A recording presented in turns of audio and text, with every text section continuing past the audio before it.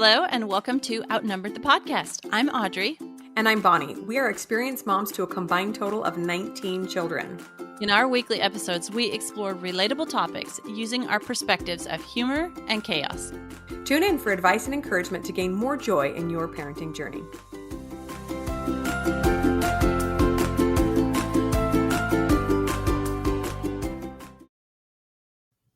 We are so grateful to Magic Spoon for sponsoring this episode. You guys, I have to say that I have been a cereal fan since I was a very small child.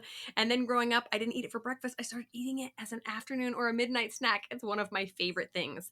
However, when I learned to read a nutrition label, I learned that it was not good for me, like in the least. So enter Magic Spoon. You guys, this cereal is amazing. One of my kids commented that there's more things that it says on the box are not in it than are in it. And it's true. So in the variety pack, there's 4 flavors. There's cocoa, fruity, frosted, and peanut butter. But this pack has 0 grams of sugar, 13 to 14 grams of protein, and only 4 net grams of carbs. So that's about 140 calories per serving. But listen to this. It's keto friendly. It's gluten free. It's grain free. It's soy free. And it's low carb. I mean, like a mom's cereal dream. So go to magicspoon.com/outnumbered to grab a variety pack and try it today. Be sure to use our promo code, that's outnumbered, at checkout to save $5 off your order. And Magic Spoon is so confident in their product that you have a 100% happiness guarantee. If you don't like it for any reason, they will refund your money, no questions asked. Remember, get your next delicious bowl of guilt-free cereal at magicspoon.com/outnumbered and use the code outnumbered to save $5 off. Thank you again to Magic Spoon for sponsoring this episode. Welcome back, friends. We are so excited to have you here today and to talk about one of our absolutely favorite topics of all time, and that is having babies. Clearly, we like to do that because we got a lot of them. So we both feel really passionately about birth, and we believe that it is a beautiful way, or it can be a beautiful way to welcome your baby into the world. But if you are intentional about it, and we'll explain what we mean by that. Okay, but first of all, we wanted to mention a couple things too, guys, kind of technical behind the scenes here. Recently, we have updated our, what's it called, Bonnie? Avatar? Logo. Recently updated our logo. And so it's not the circle of feet anymore. It's a circle, an orange circle with a plus in it. And another thing that we did recently was we switched hosts, which doesn't really affect you unless you were listening on the website that we used to be hosted by. So now if you want to go and listen on the website, we are at creator.zencastr.com/@outnumbered. And if you know anybody who was listening on one of those old channels and thinks our podcast has just like disappeared or something, we're still here. We just need maybe you guys to spread the word and let people know somehow if they have lost us or can't find us that we're still here. We just happen to have a new look and a new back behind the scenes. We have a new place. But if you were listening on Apple Podcast, you're obviously we're still in your earbuds and you're good to go. That's right. That's right. The behind the scenes every now and again needs to be tweaked. So hopefully we didn't lose too many of you. Okay, so back to birth, you guys. It's so much fun and exciting to plan to welcome a baby into your life, but there is a lot to think about. And if you've done this before, you know where we're coming from. I will say that I think, in my experience, most women believe that they just show up at the hospital, if that's where they're planning on giving birth, and barring any major disasters, the baby just comes out, which is lovely when it happens like that, but it just doesn't happen like that very often anymore. There are so many moving parts with labor and birth and our current maternal healthcare system that we just want you to be prepared when going into a birth for what you need to watch out for. Yes. We are really passionate about this because Bonnie and I have each had so many beautiful birth experiences. And that was because we were so intentional about what we wanted those experiences to look like. And we came to love that experience or appreciate it so much that we would love to fight for every woman to be able to have an intentional birth as well. So in this episode, when we're talking about intentional birth choices, we're going to talk about why to have an intentional birth, what the maternal healthcare system kind of looks like today, and what choices make the biggest difference in your outcome of what your birth is like, and also how to advocate for yourself. Yes, absolutely. So This is one of those things that's kind of tricky to explain if you haven't had an experience that was not as expected in birth. A lot of my friends and family are like, why would you do that? Why would you think that? Why would you research that? My first two births were kind of catastrophic. They were nothing like what I expected. A million different things were done to me that were really, really sad and were not what I anticipated. And so it got my wheels turning. And so if I could share anything with any birthing woman anywhere, it would be to just be aware of what's out there. Do a little bit of research. We believe that welcoming a baby into the world should be as sacred and life changing as when a loved one leaves this life, but hopefully much more joyous, right? But today, it's more often than not just a routinely medicalized procedure. And there's a lot of unnecessary stuff that goes on and is often forced on mothers and babies, maybe even without their full knowledge or consent. Yes, yes, that is so true. We have an episode about agency, and that one comes into play so strongly in what we're going to be talking about today, because you cannot give up. If you want to have an intentional birth, you cannot give up your agency. You have to stay engaged, and you can't just, um, how do I say it? You can't just throw all the responsibility and all the authority on the medical provider. You have to retain some of that yourself to have an intentional birth. You know, medical providers, they deliver hundreds of babies per year, but you are not going to have hundreds of babies. You might think Bonnie and I have a Thank hundred. goodness. Yeah, I know. Oh, but you only have a limited number of times to experience this life changing event. And the baby that you're birthing only gets to have one birth. We all only get one birth.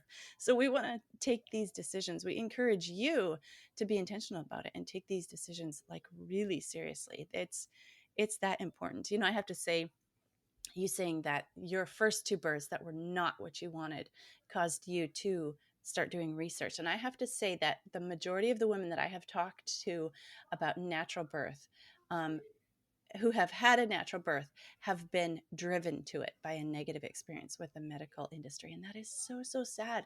What I would love to see in the future is women, um, like natural birth or intentional birth being the thing that the majority of women get to experience, and the way that most babies get to come into the world, instead of it being way an outlier, not the norm.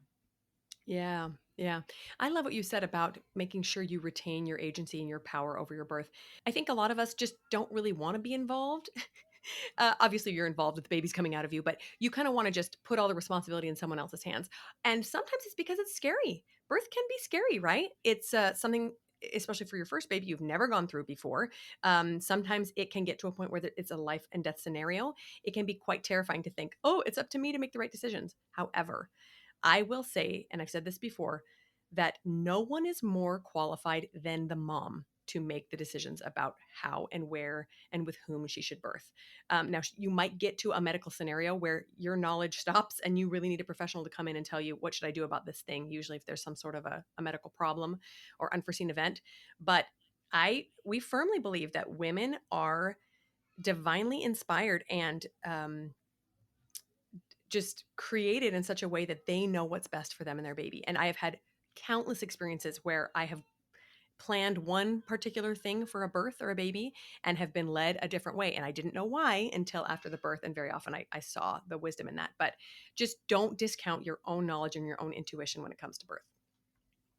Absolutely. Did you know that through most of history, babies have been born without any medical intervention? What? That's shocking. I know, but one of my favorite ancient stories is the story in Exodus, where the Egyptian Pharaoh was not happy with the Israelite people, the Jews, having more births than the Egyptian. Like, they were starting to be outnumbered by these Jewish interlopers here in their land. And so it was to the point where of course, the Jews were servants at that point. And so they said, they were told to throw all the male babies in the river. And you remember the story of those two Jewish midwives, Shipra and Puah. I have their names memorized because I love those women so much. And they said, oh, they said, like, the Pharaoh looked around and he saw that the Jews are still multiplying, and he called the two midwives into task on this. And he said, what is going on? And they said, oh, they said, the Jewish women are so lively. They have the babies before we get there. So we can't take care of these babies as they come out, because these Jewish women, they're doing it before we get there.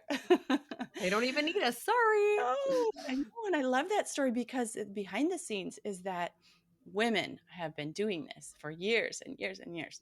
And women helping women at birth is like the most powerful influence you can have at your birth. We're going to talk more about advocates later, but it is so important to remember that birth is a natural process of life. And most babies, I'm not going to say are born, but can be born with little to no medical intervention. Yes, our healthcare system, and let me just preface this by saying I'm not a healthcare hater. I actually really like medicine, and I was going to be a PA at one point in life. But our healthcare system, specifically maternal healthcare, has some bugs in it right now. And now we've come a long way from obstetrics practices like 100 years ago, right? Science keeps progressing, and we've made a lot of awesome progress in medicine. But we also have a long way to go, especially in the US. The research that I've read shows that countries where the midwifery type practice is the leading practice have lower maternal and infant mortality rates. So here we are in the US thinking that we're like, the cream of the crop and have all this great science and technology. And yet there are countries, quite a few of them, whose babies and mothers are dying at a smaller rate because they are not intervening in birth as often as we are. And that's shocking and really disturbing in my mind. But we keep insisting that going to the hospital with an OB is the safest way to give birth. And I would counter that it's not always. Yes, yes, that is so true. One thing my husband has said as he watched me go through pregnancy and birth is that this is why men should never be doctors to live, obstetricians to deliver babies, because he watches me do it. And he's like, as a man, I think it's impossible for you to birth what you just birthed. Like that, like to a man, that's like that can't happen. So he said men should never be baby doctors because they think it's impossible. He said, no wonder they're intervening all the time because they don't think like physically their body couldn't do it. So they think a woman can't do it either. Or, they don't, not that they don't think a woman can do it, but they don't understand. They don't have the It capability. is hard to believe. Every time I do it, I'm like, what just happened? I Did that know. just happen? I know. And I think when the care is like by midwives as well, it's not just, oh, suddenly we're at the birth and the maternal and infant mortality rates are lower. That starts all the way back at the beginning in the care that a woman or a midwife gives to another woman. So very long history there. So, in the US especially, cesarean rates have been rising steadily for years and years and years. And many experts say this could be because of unnecessary medical interventions, not because suddenly moms can't give birth to their babies. We're not, we haven't suddenly had some change to a woman's body where no, it's so, in my opinion, my non expert opinion, it's driven by our insurance system in the US, is one thing that's driving it, because in countries that don't have the money to pay for a cesarean, which is more expensive than Mhm. a vaginal birth, there are less cesareans, especially less scheduled cesareans. Oh, this day will work out better for me. That kind of thing just doesn't exist because the money isn't there to Right. afford it. And then, of course, everything else that we're saying about the care of a midwife, the care of a woman, the care of a mother choosing an intentional birth, all that um, definitely leads in other countries to less cesareans. Yeah, and we will obviously acknowledge that in an emergency scenario, a cesarean can be life-saving for both the mother and the baby, but it most certainly does not need to be happening at the 40 to 60% rate we're seeing in some states. It is alarming, very alarming how often, to the tune of sometimes half of all the babies being born are being cut out of their mothers. That doesn't make a lot of sense to me, right? So, some of these interventions that we've talked about that are not strictly necessary can be the start of a slippery slope. So, we're going to include a lot of resources in the show notes to get you started if this is something that piques your curiosity. But be aware of what some experts call a cascade of interventions. So, what that means is where a medical professional performs some sort of intervention on yours or the baby's behalf, and it leads to another one, which leads to another, which leads to another, and can often end in a catastrophic birth. So, an intervention is just any procedure or practice that intervenes in an otherwise natural birth. Right, right. A really good example of this, because it's a very common one, is to break the mother's water. Well, after Mhm. you break the water, medical professionals believe you have a certain amount of time that the baby is still safe in the womb before it needs to come out. And so then if the mother is not progressing after the water's broken, they feel like they have, they're up against the clock now. And so Right. it needs to happen in a certain amount of time. And so that is like the first intervention leading to another Right. Then you get an intervention. And induction, and then the induction doesn't work, and then there's a right, C-section, that sort of a thing. Yep. right, Mhm. right. Yeah. Some of these that are not strictly necessary, they can be, the slippery slope. It's like not only breaking the water, but like fetal monitoring, epidurals, cervical checks, laboring in bed. Oh my goodness. We should do a whole episode about how walking in labor helps you. Don't lay down. It's the worst.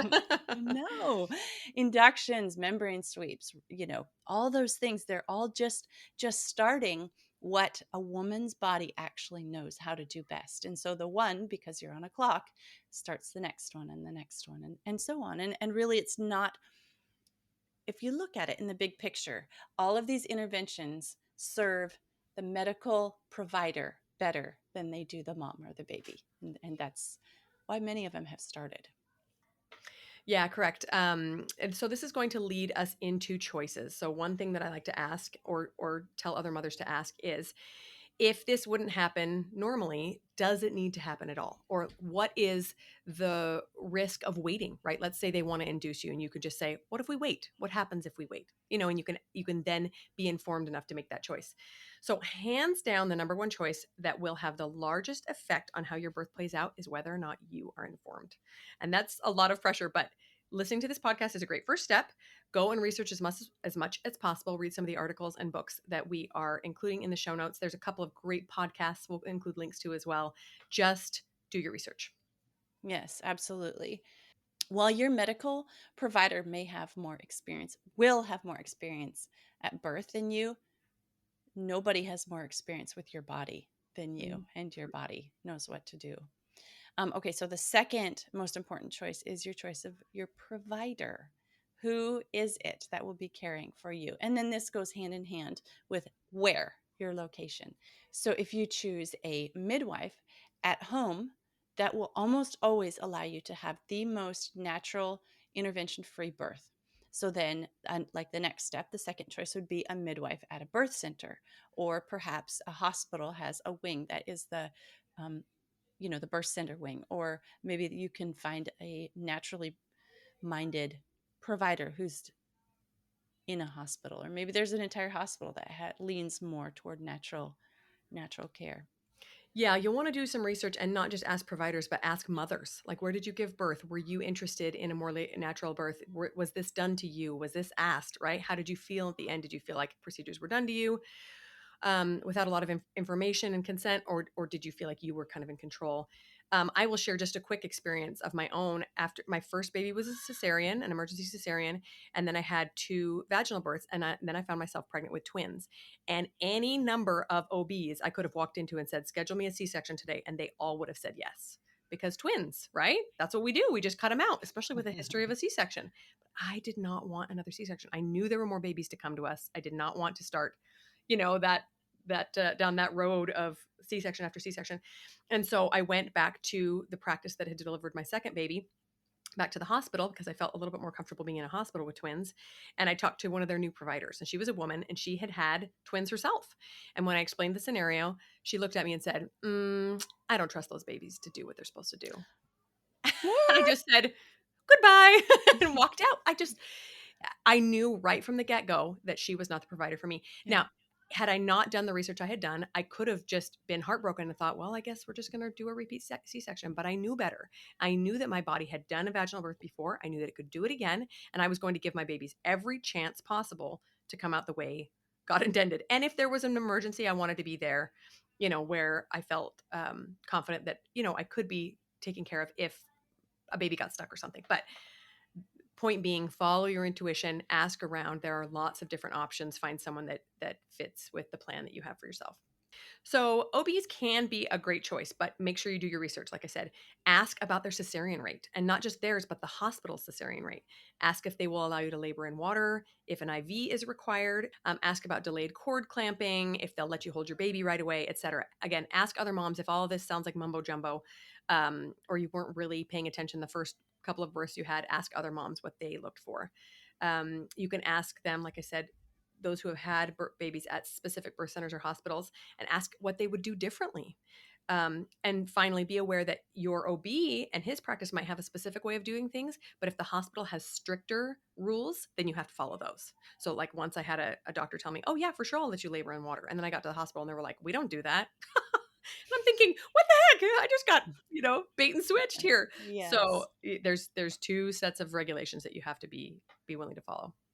Yes. Yes. I have to share the story of a friend who I was a doula at her birth. And she did her research and she found the most natural OB in the area. And she had done all her research and she thought she had she was getting the best care possible, and perhaps she was for a hospital experience locally. But it was the first birth that I had been at a hospital. And I was on, I don't know, baby 6 or 7 at that point, and I was absolutely shocked at the number of interventions and the number of things that happened at that birth that were considered a natural birth. Hmm. Hmm. And like, okay, just pull one example out here. They said, oh yes, we always take the baby and lay it on the mother after, because that's so important, and we've read the studies. After it's born, the first thing it does is it goes on the mother's stomach. Well, I watched them take that baby and touch it on the mother's stomach for half of a second and then whisk it off to the nursery, and I was Hmm. like, actually, I don't think that's what the research meant. A quick tap and off you go. Yeah. Oh my. Yeah. So anyway, just like, even if you're scared to have a natural birth or with a midwife or a home birth, talk to some moms who have. Just do it. It's part of your research, and go listen to our other birth episodes because we'll tell you. Oh, okay. The last thing that we want to talk to you about is advocating for yourself. This goes hand in hand with agency. You you will need help with this. So yes, you can make all your plans and have all your ideas and everything. Um, but when you are in labor, you may not be the best advocate for yourself. Hmm. So going into labor, making all the choices, um, that is awesome. But you need someone also who has the same views as you. This is actually going back to my friend. This is why she had me come in, because she knew how naturally minded I was, and that I'd never had a hospital birth, only natural home births. And so she wanted me there, helping and advocating for her. Because when you're in the labor situation, it's difficult. It requires intense amounts of concentration. And so, they would do things to her that she wouldn't even notice. And she specifically had said beforehand, I don't want that. And they would just do it because she was so in the zone that she couldn't even say, hey, remember we talked about not doing this. If your OB suggests something you're not comfortable with and you're in the middle of a contraction, you might just be like, yes, get out of here. Yes, stop talking. And then the thing happens that you had previously talked about being a no before. You're not the same when you're in labor as you were planning and going into it. Yes, I remember with my first baby. I know now as an experienced mom that I was in transition when they said it was time to have the C-section, and they came to me and said, "Oh, we know this isn't what you wanted," and blah blah blah. And I was just like, "Stop talking and get this baby out of me." I signed that paper so fast, even though a C-section was the Yeah. last thing I wanted. Yeah. It was a very desperate moment for me, Yeah. and had I had a little bit more experience and a little bit more advocacy for me, someone to help me, that might not have happened. So I would say that the best person to advocate for your choices, besides yourself, you need a helper, is your husband. Make sure you talk lots with him about your choices. Make sure you do research with him so he understands. Because at first my husband was like, "Why do you want to do that? That sounds weird. That's weird. I've never heard of that." But when he understands the research and has done it alongside with you, he'll be your best partner. However, you'll know your husband's personality too. Mine is not one that is very in your face. And if a doctor tells him one thing, he might not stand his ground because he's a very peaceful minded man and he does not like confrontation. So you might also consider hiring a doula, especially one who's familiar with the hospital or the birth center and that has a personality who is willing to intervene on your behalf. I had a doula once just like that, and she was awesome. And she was willing to say and do whatever it took to get me the birth that I wanted. Yeah. Even if you've chosen a natural birth at home with a midwife, you might do what we did on our first birth. And we had a very gentle, sweet midwife that wasn't going to be the advocate that we wanted should we have to transfer. On our first birth, we had no idea what it would be Yeah. like to a hospital. And so we looked around and found another midwife that we knew if we had to transfer, because it was our first birth and we'd never done it before and we didn't know anything. If we had to transfer, this lady was going to not let anybody do anything we didn't want. And we wanted her there. Like we didn't, that was like one of the reasons we switched to her, was because we wanted somebody. So it doesn't, just because you've chosen them and they've taken your, measurements and all that, doesn't mean you have to continue with them to the birth. Retain your agency. You're still the one giving birth. Yeah. It's not that we think that OBs and other medical personnel don't have your best interest at heart. It's just that it's not their body, and they do many births every day. It's their job, but it's your body and it's your baby. Hmm. And when it's your job and you do it every day and you get familiar with it, it's like this. Once I was a barista in a coffee shop, and the first day I walked in, and the smells were so heavenly, right? You walk into the coffee shop, you know what it smells like. So I was thinking, oh, I'm going to love this. Every day I get to smell this luscious coffee smell. Guess what happened about 2 weeks in? Ugh. Can't smell it anymore. You get used to the smell, and you can't smell the coffee smell anymore. And Interesting. people would walk in and they would say, oh, doesn't it smell heavenly? And the baristas would go, Does oh it? yeah, I guess I can smell that. So the routine becomes not special anymore. It's just their Hmm. job. It's their job to get you in and out quickly with no unforeseen issues. And they put you on a clock, and there's charts and things are tracked, and they have in medical malpractice insurance, and they're looking out for Hmm. their own interests first. Um, but that's not always how babies come. Right. Babies are made to come and will come in their own time. And that is why it's so important for you to retain the agency and the intentionality of making the birth the way you want it. You have to be the advocate for you.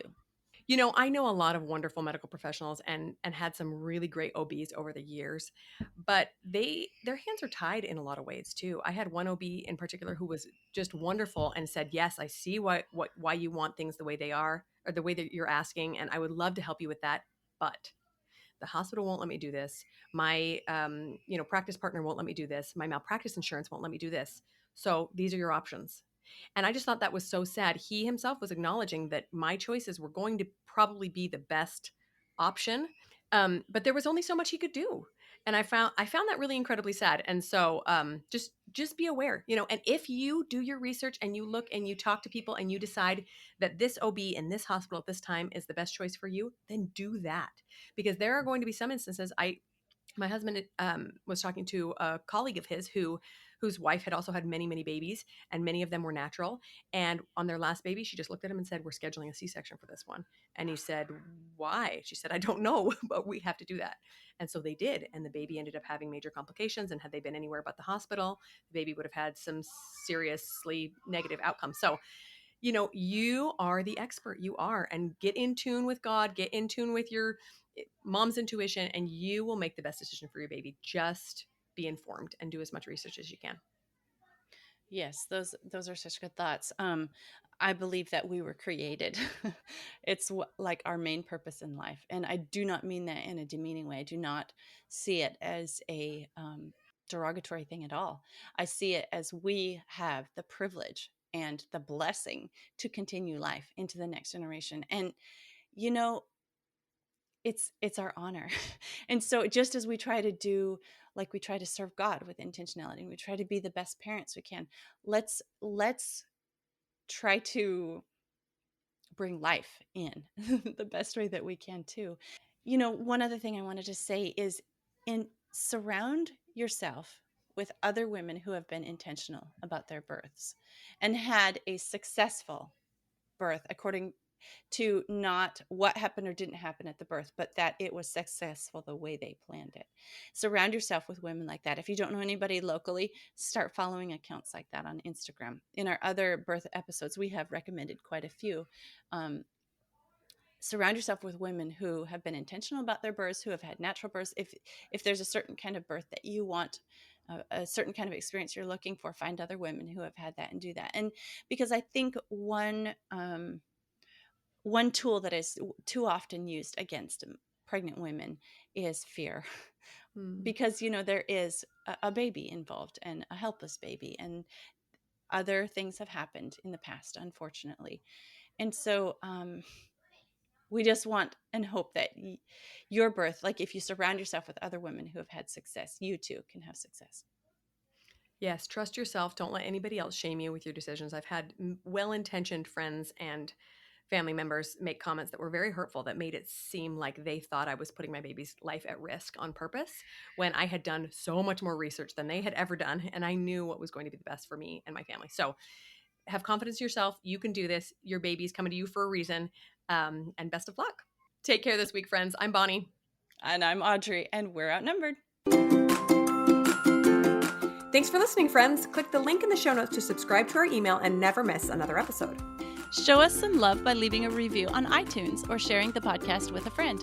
Thanks for all your support. We'll talk to you next week. Yep. Anything else? Is that good? Mm-mm. Okay. Take care this week, friends. I'm Audrey. I literally No, almost you're said that. not. I'm Audrey. Where is my brain? Okay.